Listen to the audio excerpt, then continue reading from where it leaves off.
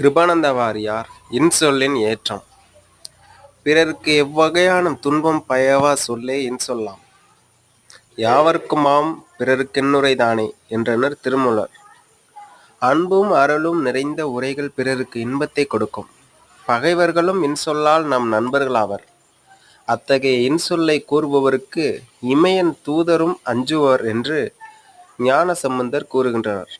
இன்சொல்லே பேசுகின்றவர்களுக்கு உலகில் ஒரு வகையான துன்பமும் இல்லை. இமய வாதனையும் கிடையாது.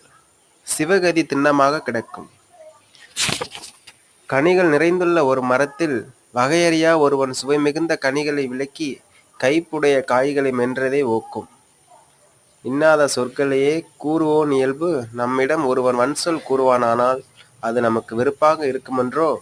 பிறர் நமக்கு இன்சொல்லே கூற வேண்டும் என்று விரும்புகின்ற நாம் பிறருக்கு